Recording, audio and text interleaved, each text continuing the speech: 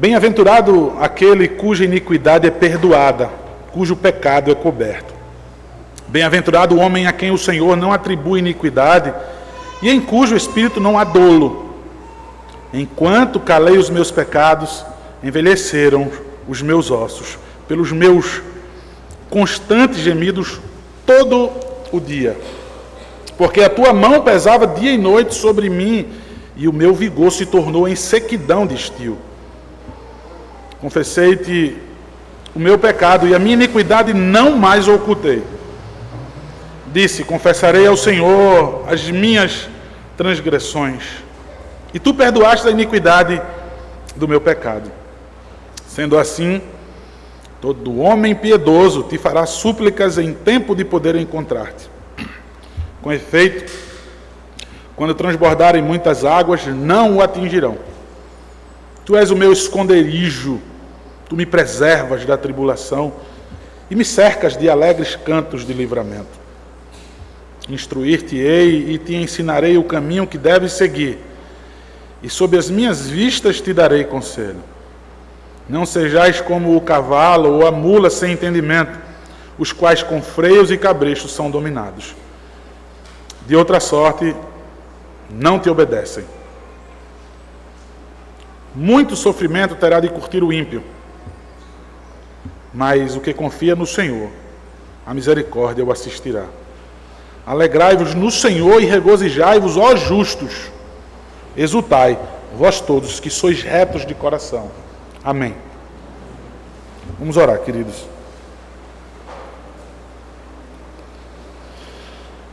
Ó Deus, estamos diante da Tua palavra, Pai,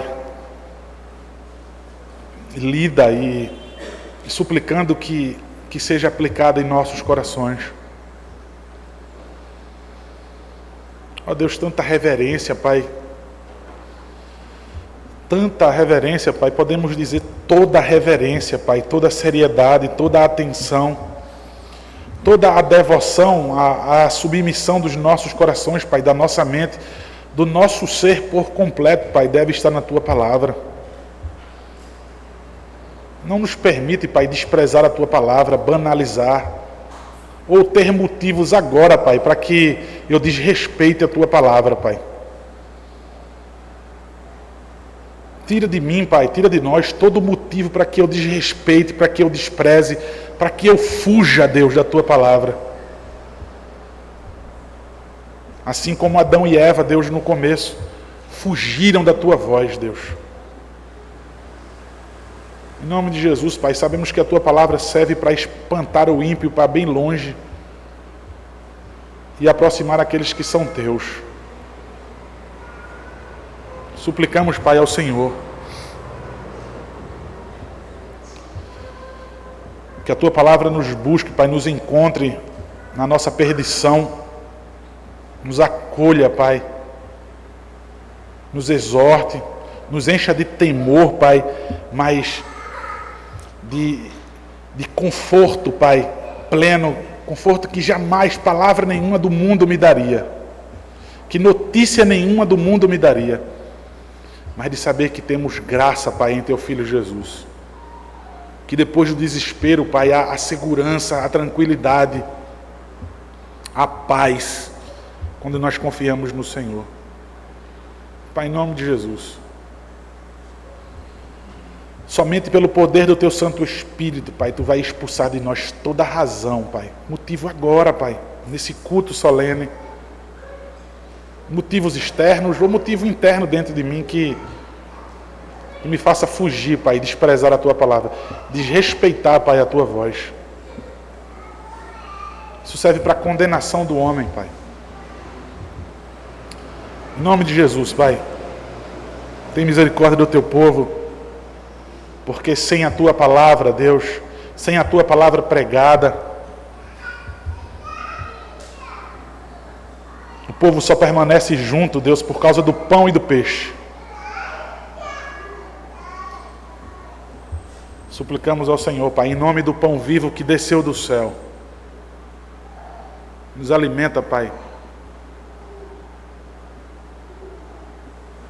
Porque nós não viveremos com o pão, Deus, apenas.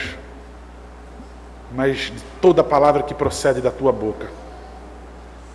Assim viveremos e viveremos eternamente, Pai. E ainda nesse mundo, para a tua glória, Pai. Nos concede isso em Cristo Jesus. Amém. Amados irmãos no Senhor, tentando trazer à mente de vocês memórias e acontecimentos em que vocês estavam encrencados, em que vocês estavam afundados num problema. De repente você ouviu a grande notícia da solução do seu problema. Vocês se recordam de como aquilo trouxe alívio para vocês? Vamos supor uma causa na justiça. E aí você coloca um advogado, e aí até aquela audiência, ou aquelas audiências, ou até o veredito final, quanta ansiedade, quanta angústia. E se a gente for escrever, de fato vira uma novela. E para muitos casos das nossas vidas nem sempre tem final feliz. Muitas vezes tem derrotas. Mas irmãos, por que eu quero trazer isso à memória de vocês? Porque a gente tem sempre problemas em nossas vidas. Todo mundo tem problema. Cada dia tem o seu cuidado, tem os seus problemas para cada um de nós. Muitas vezes nos afundamos nele ou na multidão deles, na multidão desses problemas. É o que acontece com todo mundo. Quero trazer à sua memória quando você recebe a boa notícia de que o seu problema foi resolvido. Acabou o problema. Você às vezes dá uma festa. É muito comum nas igrejas fazer culto de ação de graças, né? E entre outras coisas que se faz. Comunica, se faz ligações, festeja, e cada pessoa tem uma reação diferente. Mas veja, todos nós nascemos com um problema enorme. Todos nós já nascemos com um problema. Só que esse é o maior problema de nossas vidas, que não está ligado à questão financeira, daquela que muitas vezes é a maior, que tira a nossa paz. Que tira o nosso sono, muitas vezes é a questão financeira, ou no que diz também a questão da saúde. Mas a financeira é o que vai logo à nossa mente. Mas hoje, irmãos, todos nós, a minha filha mais nova já nasce selada com esse problema. O problema do pecado. Ela tem um problema enorme em sua vida, todos nós temos, que é a condenação eterna por causa do pecado que nós herdamos do primeiro homem, do primeiro Adão. Veja, irmãos, vai ser bem simples.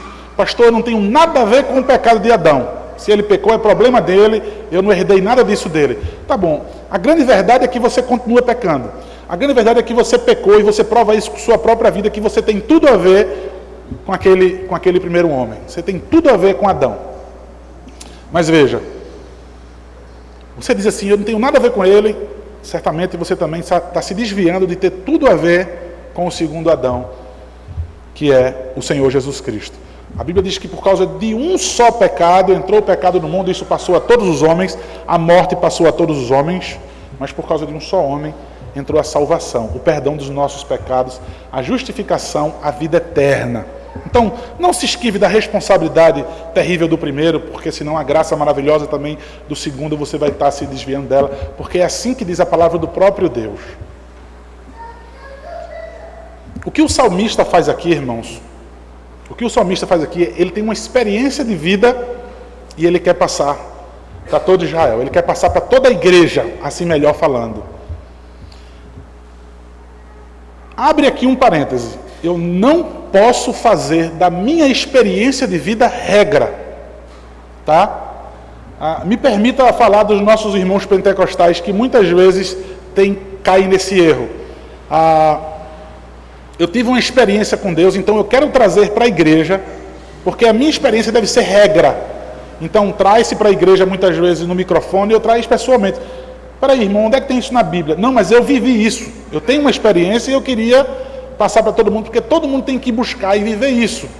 E não só os nossos irmãos pentecostais, mas também no meio reformado há muitas pessoas também que caem nesse mesmo erro de querer fazer das suas experiências regra. A experiência aqui de Davi, inspirada pelo próprio Deus, foi o próprio Deus que a colocou como regra.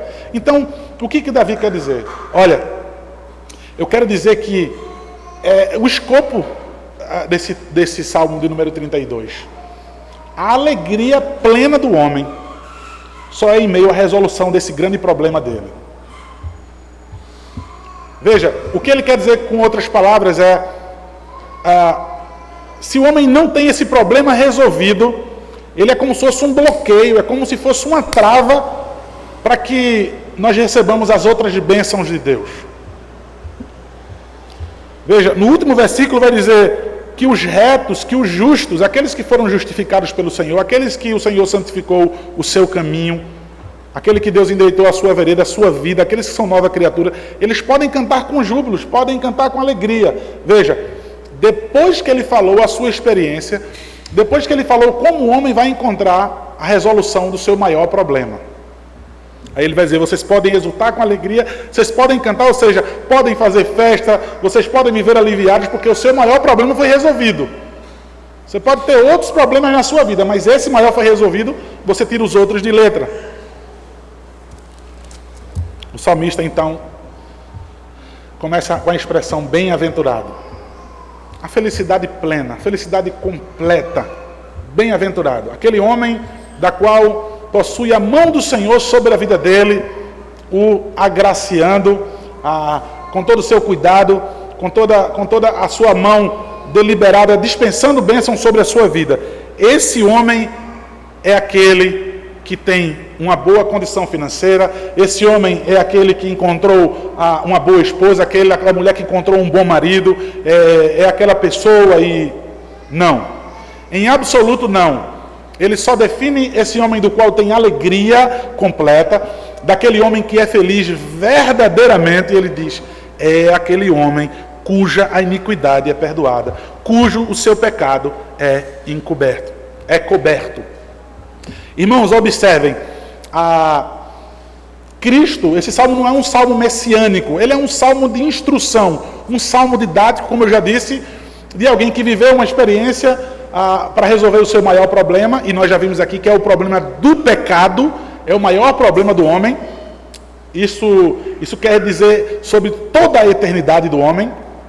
Então ele diz, veja, a felicidade só pode existir naquele homem. Que tipo de homem? Aquele homem cuja a iniquidade é perdoada e cujo pecado é coberto.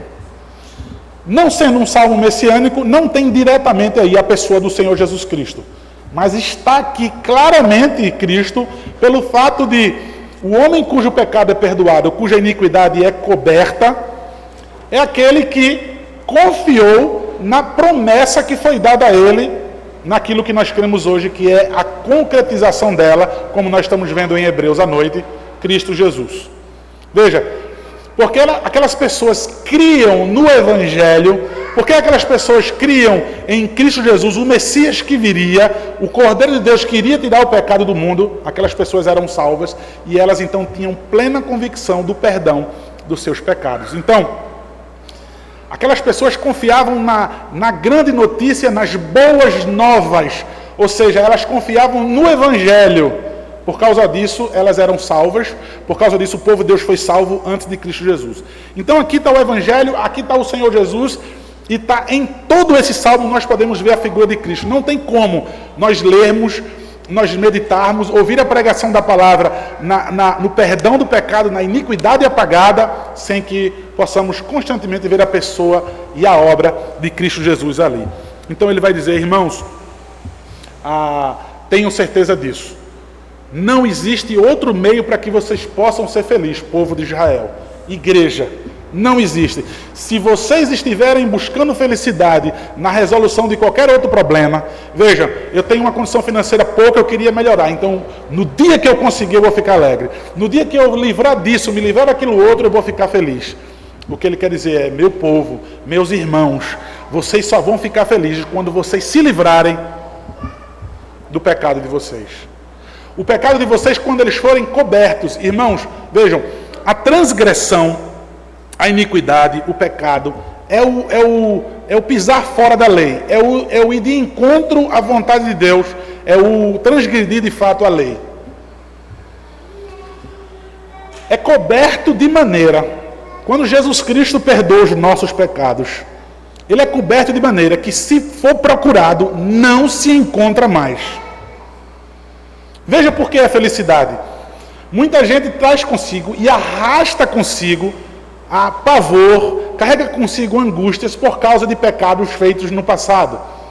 Vejam, as pessoas dizem assim: eu não consigo me perdoar.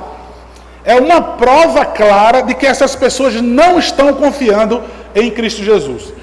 Irmãos, isso soa como piedade, não é verdade? Observem, mas pastor, eu não consigo me perdoar. E o que parece com essas palavras é que aquela pessoa é tão piedosa que ela se expressa dessa maneira e alguém diz assim: isso é tão profundo, ela não consegue se perdoar. Mas espera aí, você está se colocando no lugar de Deus. E foi esse o motivo pelo qual Davi chegou à sua angústia terrível. Porque ele ficou confiando nele mesmo e calou seus lábios.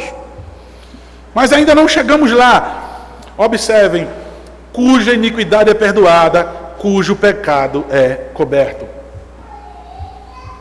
Podem rebuscar, podem virar as mobílias, achar algo que possa se dizer assim: olha, está aqui uma prova da acusação, vamos usar isso para acusar. Nenhuma condenação há para aqueles que estão em Cristo Jesus. O seu pecado foi coberto com o sangue do próprio Cordeiro. Então, ao olhar para nós, Deus não vê pecado nenhum. Veja, irmãos, que coisa maravilhosa. Pode buscar, mas não vai se encontrar absolutamente nada em vocês. Por isso que Davi está dizendo: olha, as pessoas que se encontram nessa situação, da qual foi perdoado, seu pecado foi coberto. Irmãos, observem mais uma vez, deixa eu citar o Éden. O que foi que aconteceu com os homens quando eles pecaram? Descobriram que estavam nus, e o que foi que eles fizeram? Eles se esconderam. E qual foi a maneira pela qual Deus concedeu que eles pudessem sair detrás dos arbustos, que eles pudessem aparecer então na presença de Deus? Para que eles deixassem de se esconder, deixassem de se fugir. Deus fez o quê? Deus cobriu a sua nudez. E qual é o exemplo maravilhoso que nós temos aí? A tipificação de Cristo Jesus, que Deus providenciou, não com a folha de figueira, da qual eles disseram: nós vamos resolver, e colocaram folha de figueiras. Não, Deus providenciou o quê? A pele de um animal, ou seja, o primeiro sacrifício que houve no Éden, tipificando ali Cristo e mostrando o Evangelho claramente. Então, Deus cobriu a nudez deles, Deus cobriu o pecado deles, o que? Com o sacrifício daquele animal, lá no início, mostrando a sua graça desde o começo. Então veja, Deus cobriu o pecado do homem lá no começo no Éden, Deus cobriu o meu pecado e o seu. E nós podemos dizer: aleluia, louvado seja o Senhor, porque a sua misericórdia ela não tem fim. O versículo 2 do Salmo 32 diz: bem-aventurado o homem a quem o Senhor não atribui iniquidade e em cujo espírito não há dolo. Irmãos, veja, a graça do Senhor, o perdão, ele é tão completo que não existe vestígios das quais, se procurando, se encontre. Veja, a quem o Senhor não pode dizer um mas. Veja, eu já lhe perdoei, mas ainda tem isso e isso e isso. Veja, o que o texto quer nos dizer, o que a palavra do Senhor quer nos dizer é: não existe nada do que o Senhor possa atribuir. É completo. É uma limpeza, é uma remoção completa dos pecados. Agora, irmãos, vem algo fundamental para que nós entendamos. Veja, é tão maravilhoso ouvir sobre perdão, sobre o Evangelho, sobre a graça. Agora, veja só o que diz: em cujo espírito não há dolo. Em cujo espírito, em cujo coração não há engano. Matthew Henry, citando um erudito famoso de sua época, comentando o Salmo 32, nesse versículo, sobre o espírito que há engano, sobre o coração que há dolo, que há engano. Veja, é aquele homem que peca para se arrepender, ou ele se arrepende para pecar. Há perdão, a limpeza, a remoção completa, a justificação dos teus pecados. Agora veja, daquele homem que não é um hipócrita. Você não gostou de ouvir até aí? Que parece que isso é uma brincadeira? Porque é o que eu escuto muitas vezes. Eu me entristeço quando eu vejo pastores falando sobre isso. Ah, porque você não confia na graça, meu irmão? Você fala muito sobre a maldição de Deus, sobre a ira de Deus, sobre a punição, e não confia na graça. E cadê a graça? E eles tratam da graça de uma forma engraçada mesmo. Como se Deus fosse um Deus bonachão que pudesse ser zombado. Como se Deus permitisse ser zombado. Como se aquele sacrifício na cruz não fosse nada. É incrível ele falar sobre o perdão e dessa maneira tão gloriosa e dizer, em cujo espírito não há engano. Ele não brinca com o pecado. Ele não brinca de ser crente. Ele não brinca com a graça, ele não desvaloriza e não banaliza a graça. Veja, pecar para se arrepender e se arrepende para poder pecar de novo. Irmãos, isso é muito sério.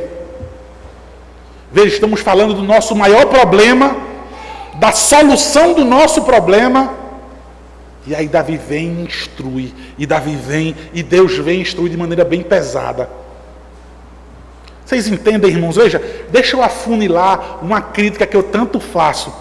Eu sou crente porque eu fiquei no meu banco sentadinho e acompanhei aquela igreja durante muito tempo, porque eu fui lá para frente, ou então porque eu chorei, ou porque eu fiz isso, aquilo, outro. Irmãos, observe, em primeiro lugar, a sinceridade do teu coração. Eu quero que vocês entendam, em primeiro lugar, a sinceridade do coração de vocês. A sinceridade do espírito de vocês. Se o espírito de vocês for hipócrita, é a primeira evidência de que o seu pecado não foi perdoado. Eu não estou dizendo que vocês não vão ser tentados. Eu não estou dizendo que vocês não vão cair. Mas veja, se houver hipocrisia, não há temor no seu coração para que você continue no pecado, irmãos. O que o Senhor quer nos instruir, ver um salmo didático, um salmo de instrução. Em primeiro lugar, para que você alcance esse seu coração cheio de alegria e júbilo, para que você cante a salvação do Senhor. Em primeiro lugar, seu coração não deve ser hipócrita, não deve ser um coração enganoso, da qual vai pecar deliberadamente.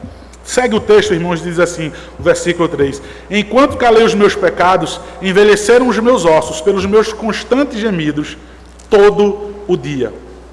Porque o versículo 4 diz, a tua mão pesava dia e noite sobre mim, e o meu vigor se tornou em sequidão de estio. Irmãos, enquanto eu calei o meu pecado, enquanto eu permaneci em silêncio, enquanto eu arquivei esse meu problema, enquanto eu arquivei esse meu pecado, enquanto eu resolvi do meu jeito, certo comentarista vai dizer, olha, ele confiou no próprio arrependimento dele. Enquanto ele confiou no próprio arrependimento dele, veja, irmãos, os ossos dele se envelheceram dentro dele. Irmãos, é incrível como nós vemos pessoas, como é que elas tratam a igreja de Cristo. Veja, como é que elas tratam seus irmãos, como é que elas tratam a fé em Cristo Jesus, como é que ela trata a religião verdadeira, e elas vivem com um sorriso no rosto. É incrível, irmãos.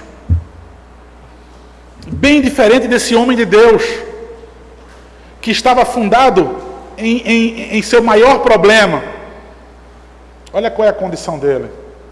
Irmãos, Davi, ele não estava com um sorriso debochado no seu rosto, dizendo para todo mundo que está muito bem. Você está bem? Estou bem. Aquele pastor lá, que o problema é ele. Você sabe, né? O problema é ele, o problema é aquela igreja. O problema é o meu pai, o problema é minha mãe, o problema é o meu marido e minha esposa. Veja, irmãos,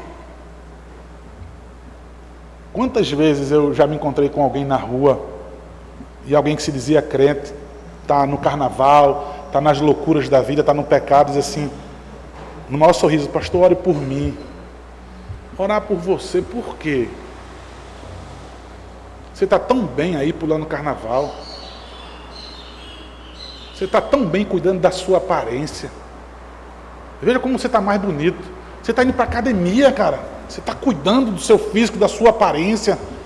Né? Você mudou. Na igreja tu andava todo maloqueiro. Na igreja tu ia com uma roupinha simples aqui. Olha como é que tu está vestido aqui, cara. Vê que coisa linda. Orar para você por quê? É gíria isso, cara. É a única palavra que se tem para dizer quando se encontra com um pastor na rua. Ore por mim. Eu não vou orar por você. Eu não vou orar por você. Veja, o salmista vai dizer em que situação ele se encontrava e o que foi que ele fez. Veja, qual é a sua condição? A minha condição era um coração em sequidão mesmo, em seca, completamente sem nada para que pudesse regá-lo. Nada regava a minha força, sequidão de estio, o meu vigor, a minha alegria.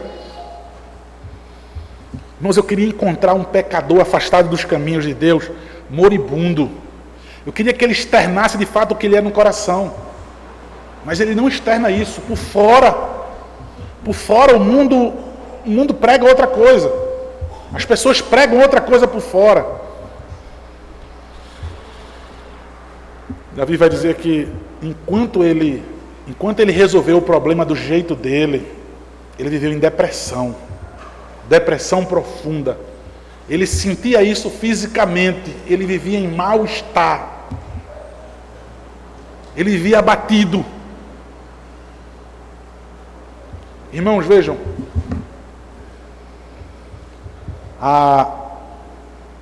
deixa eu falar algo bem particular nosso, da nossa igreja. Disciplina bíblica. Depois, no momento da ceia, eu quero dar uma palavra com a igreja sobre isso, uma pastoral para a igreja sobre isso. Sobre o passar pela disciplina bíblica. Abaixa-se a cabeça aqui na igreja, recebe abraço de todo mundo, passou pelaquela porta, a alegria é restaurada, e o dia a dia da semana mostra que aquela pessoa não está com problema nenhum. Ela não está com problema nenhum, ela só está afastada, ela está cortada do corpo de Cristo. Só isso, ela está impedida de entrar em comunhão com Cristo. Mas as outras coisas do dia fazem com que a pessoa se anime, a pessoa tenha alegria. Irmãos, isso é tão preocupante. Veja, eu não sou o diretor de uma escola, eu não sou o chefe de ninguém no trabalho. Mas, meu irmão, isso é tão sério. É o que Davi está dizendo aqui. Veja, enquanto ele calou os pecados dele, enquanto ele não resolveu o problema dele, veja, enquanto ele não se reconciliou com Deus, ele vai dizer que ainda a mão de Deus pesava dia e noite sobre ele. Nossa, veja, imagina você sentir um peso, irmãos, um peso nas suas costas. Você já sentiu aquele mal-estar no seu estômago, algo que não consegue fazer você ficar bem? Algo te empurrando para baixo. Alguém vai dizer, pastor, isso é depressão, pastor, porque eu nunca senti, tá, irmãos? Mas alguém que já teve realmente depressão vai dizer, isso realmente, esse sintoma parece com depressão. É assim que a gente se sente. Davi estava depressivo. Por causa de um problema. Foi diagnosticado. Davi foi diagnosticado por ele mesmo. Pecado. Esse era o problema de Davi.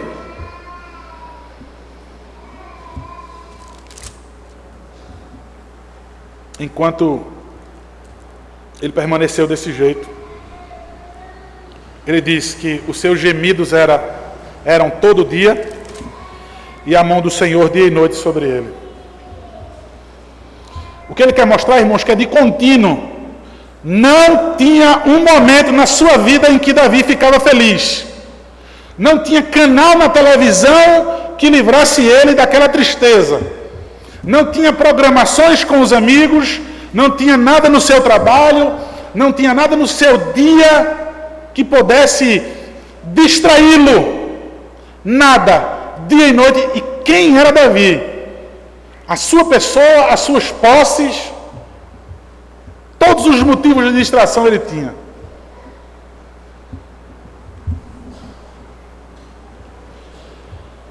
Mais uma vez, esse salmo é didático. Mais uma vez, Deus está instruindo a sua igreja. Meu irmão, como é que você está em pecado?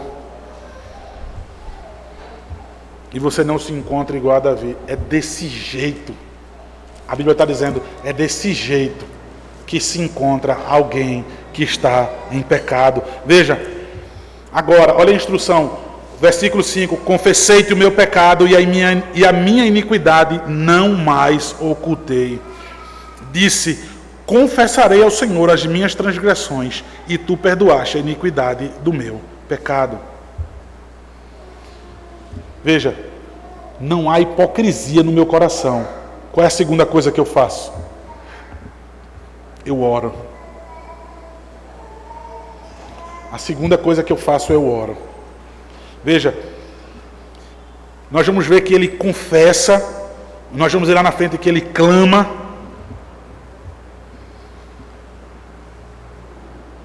Eu não mais permaneci em silêncio. Eu não mais resolvi o meu maior problema do meu jeito. Eu confessei a Deus. Eu ofendi foi a Deus em primeiro lugar. Então a Ele, a Deus eu confesso o meu pecado. E então, queridos, ele encontra perdão. O Senhor perdoa. Imagina, irmãos, que alegria saber que você ora ao Senhor, confessando sem hipocrisia, sem dolo. Você saber que o Senhor perdoa o seu coração.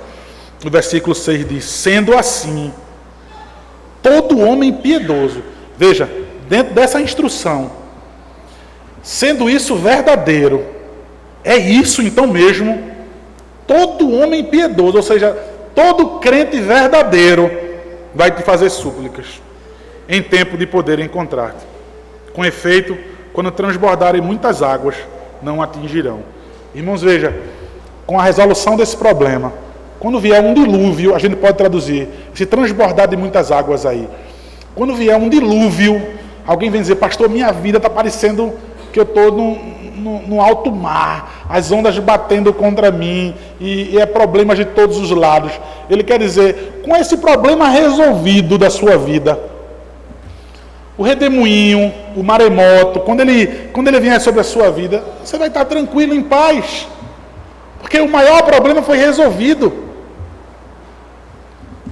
Veja, irmãos, quando o dono de uma empresa, a empresa está bem, está indo no saldo positivo e está crescendo cada vez mais, deixa de vir problemas nessa empresa? É o tempo todinho, só que o patrão, o chefe, ele está lá feliz, você olha ele na cadeira dele e diz, parece que esse cara não tem problema nenhum, olha para aí a alegria dele, olha para aí como ele goza, como ele usufrui de todos os bens ali. Como eu queria estar no lugar dele. Não sabe como é que ele está sofrendo ali ataques e problemas. Mas de fato ele está bem. No fundo ele está bem. Que há prosperidade no seu negócio. Veja, irmãos, na vida do crente, dessa maneira, sendo assim, eu vou procurar o Senhor para resolver o meu problema. Eu vou parar de confiar em mim mesmo. Eu vou sair dessa inércia de achar que não é preciso, que não é desse jeito. Porque enquanto eu permanecer desse jeito, achando que é desse jeito, eu vou continuar me afundando dentro de mim mesmo. Eu vou terminar me afogando em mim mesmo. E aí então ele diz, irmãos, O que ele quer dizer, irmãos, como resultado final é os problemas da sua vida. Pode até matar você, mas isso não é um prejuízo real. Veja, alguém vai dizer, rapaz, o pastor disse que problemas vão vir na vida dele, não vai acontecer nada, e ele morreu, infartou ali e morreu. Eu posso morrer, mas isso não é um prejuízo real, porque a minha vida eterna está preservada em Deus para sempre. A verdadeira vida, a gloriosa vida, está preservada. Então, ainda que os problemas dessa vida me atinjam, não é um problema real. Veja só, irmãos, o versículo 7 diz, tu és o meu esconderijo, tu me preservas na tribulação e me cerca de alegres cantos de livramento. Irmãos, acredita-se que quando eu me sinto cercado pela boa mão do Senhor, protegido pela boa mão do Senhor em todos os momentos de tribulação, o Senhor me cerca com esses cantos. Sabe o que um dos comentaristas que eu estudei disse sobre isso? Que isso é possível que seja os seus irmãos em Cristo, que estão ali festejando junto com você, que estejam ali louvando ao Senhor, cantando ao Senhor pela bênção do Senhor sobre a sua vida. Veja, você tem de fato irmãos, uma família que comemora junto com você. Então, me cercas de alegres cantos de livramento. Eu vou louvar o Senhor por mais uma bênção concedida, por mais um livramento, porque o Senhor tem preservado a minha vida, pelo cuidado do Senhor sobre mim. O versículo 8 diz, instruir-te-ei e te ensinarei o caminho que deves seguir, e sob as minhas vistas darei conselho. Irmãos, sobre essa instrução, sobre esse ensino, João Calvino vai dizer, olha, não pense que o título desse salmo foi dado por conta desse versículo. Entenda todo o salmo como instrução, entenda todo o salmo como um ensino. Veja, instruir-te-ei e te ensinarei o caminho que deves seguir, e sobre as minhas vistas te darei conselho. Irmãos, pela palavra de Deus, irmãos, pela palavra de Deus. Alguém aqui vai dizer, não, isso é o próprio salmista falando. Alguns vão acreditar que aqui é o próprio salmista falando. E por onde é que o salmista vai dar conselhos? Pelo que o homem piedoso vai dar conselhos? Mas aqui, queridos, eu creio que é o próprio Deus. Os seus olhos. Veja, quem é que está nos cercando com alegres cantos? Quem é o meu esconderijo? Quem é que me preserva na tribulação? Ele vai me instruir sobre os seus olhos e vai me instruir em seus conselhos, ou seja, na sua palavra. Irmãos, em primeiro lugar, um coração sincero. Eu vou chegar diante de Deus e vou dizer assim, Deus, eu desisto de mim mesmo. Eu confio no Senhor. Em segundo lugar, eu vou fazer isso com oração. Eu vou suplicar ao Senhor até encontrá-lo. Em terceiro lugar, e a Bíblia diz que Ele está perto, tá? Ele está tão perto e Ele não despreza um coração contrito e quebrantado. Em terceiro lugar, pela sua palavra, irmãos. A instrução, o conselho do Senhor, a sua palavra, como diz o Salmo 1, são mais doces do que o mel. Irmãos, vejam, Salmo 19, me perdoe, irmãos. Ele vai dizer, logo depois de falar dessa instrução e desse conselho, não seja como o cavalo ou como a mula sem entendimento, os quais com freios e cabestos são dominados de outra sorte e não te obedecem. Irmãos, deixa eu te falar, é terrível isso que esse texto fala. Veja como a linguagem bíblica ela é pesada mesmo, como ela é dura. Veja, não seja como um animal irracional, não seja besta, literalmente, não seja besta, não seja burro, não seja um cavalo bruto, ignorante, que sem um cabresto não vai obedecer. Irmãos, eu tive há pouco tempo agora viajando para pregar no sertão, levei minha família e eu tive a oportunidade de ir num Aras ali visitar, levar minhas filhas para andar a cavalo, para conhecer, e eu queria que elas vissem tudo. Quando se coloca um cabresto no animal, parece que a gente vê de longe, pensa que está só na bochecha e tal. Irmãos, a impressão que eu tive quando ele colocou, porque um ferro entra na boca do cavalo, entra um ferro grande, A impressão que eu tive foi que o cavalo engoliu na hora que o cara colocou o cabresto. Porque entra um ferro muito grande dentro da boca dele, não é só o que puxa aqui, dentro da boca dele entra muito um ferro dentro. Por isso, irmãos, que qualquer sensível toque, o cavalo obedece. Qualquer toque sensível que você puxa a rédea de um lado para o outro, ele vai obedecer.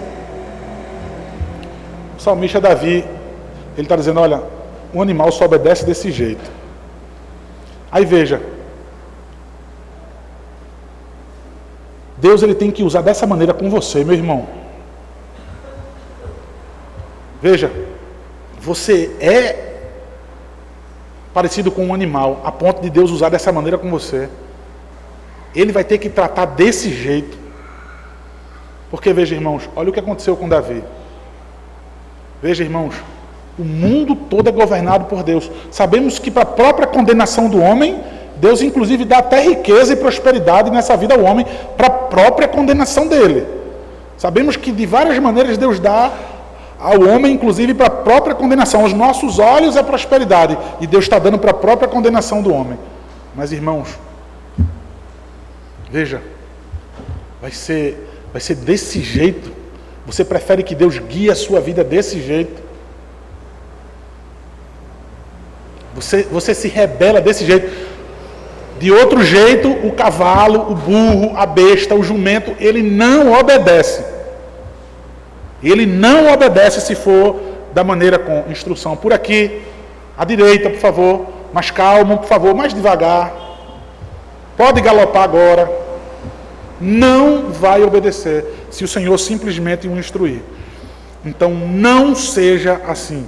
Submeta-se a essa palavra. Veja, irmãos, em terceiro lugar eu falei que é a palavra, mas de que maneira, irmãos, se submeter à palavra? Espontaneamente, a ouvir a palavra do Senhor e deixar que ela te domine. Eu vou permitir que a palavra do Senhor me domine, que a palavra do Senhor me guie. E ele diz, irmãos, muito sofrimento no versículo 10. Terá de curtir o ímpio, mas o que confia no Senhor, a misericórdia o assistirá. Irmãos, quem está dizendo que vai sofrer muitas dores o ímpio, é quem sentiu muita dor também, porque estava querendo resolver o pecado do jeito dele. Ele fala com propriedade.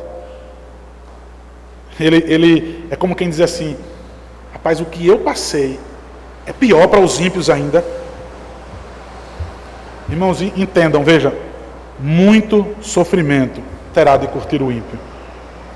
Eu já vi muitas vezes alguém dizendo assim, se eu pegasse um criminoso desse, que fez isso com aquela senhora, com aquela criança, com aquela pessoa, eu não matava ele não. Alguém vai dizer, né? Eu levava ele para um lugar e todo dia eu arrancava um dedo dele, eu arrancava os olhos dele e tal. E as pessoas tentam expressar ali o quê? Uma dor, né? Um sofrimento para aquela pessoa que ela merece. Isso é ao nosso próprio entendimento, irmãos, incrédulo. Mas se aquele ímpio, ele perde a vida dele, vocês não têm ideia de quanto sofrimento ele vai curtir. Veja, muito, eternamente. Esse muito aqui traduza como eternamente. O ímpio vai sofrer diante do Senhor. Por justiça, porque Deus ama a justiça, o ímpio vai sofrer eternamente.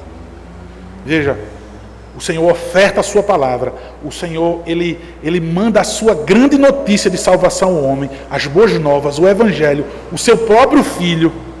Ele demonstra o que é a sua ira, exemplificando no seu Filho para a nossa salvação, para que o homem possa vir a crer na condenação de fato eterna. Muito sofrimento terá de curtir o ímpio, mas o que confia no Senhor, veja aí, irmãos, o mas. Veja, irmãos, mas os que confiam no Senhor, pode descartar essa possibilidade de sofrer, que os que confiam no Senhor, a misericórdia o assistirá, a misericórdia vai acompanhar. Você vai estar sob vigilância das misericórdias do Senhor. E o versículo 11 diz, então, irmãos, o versículo 11 vai nos dizer, alegrai-vos no Senhor, e regozijai-vos, ó justos, exultai, vós todos os retos de coração. Amém. Eu fui expondo, irmãos, e já aplicando, deixa eu dizer então pela última vez, nessa instrução que o Senhor nos dá para resolver o maior problema de nossas vidas, o Senhor vai dizer, o Evangelho, o Senhor Jesus Cristo, Ele pode resolver o seu maior problema, que é a remoção da culpa.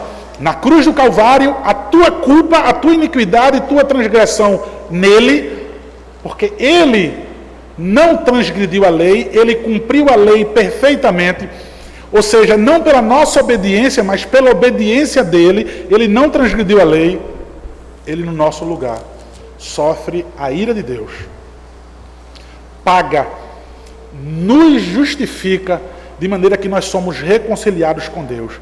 De que maneira então isso acontece? Ele vai dizer, olha, em primeiro lugar, sem hipocrisia no teu coração. Uma coisa ligada à outra, você vai suplicar ao Senhor, até encontrar o Senhor, em oração. Em terceiro lugar, pela sua palavra, porque de outra sorte, irmãos, há muito sofrimento. Agora, isso para os ímpios, para vocês, retos e justos, cantem com alegria. Amém, queridos?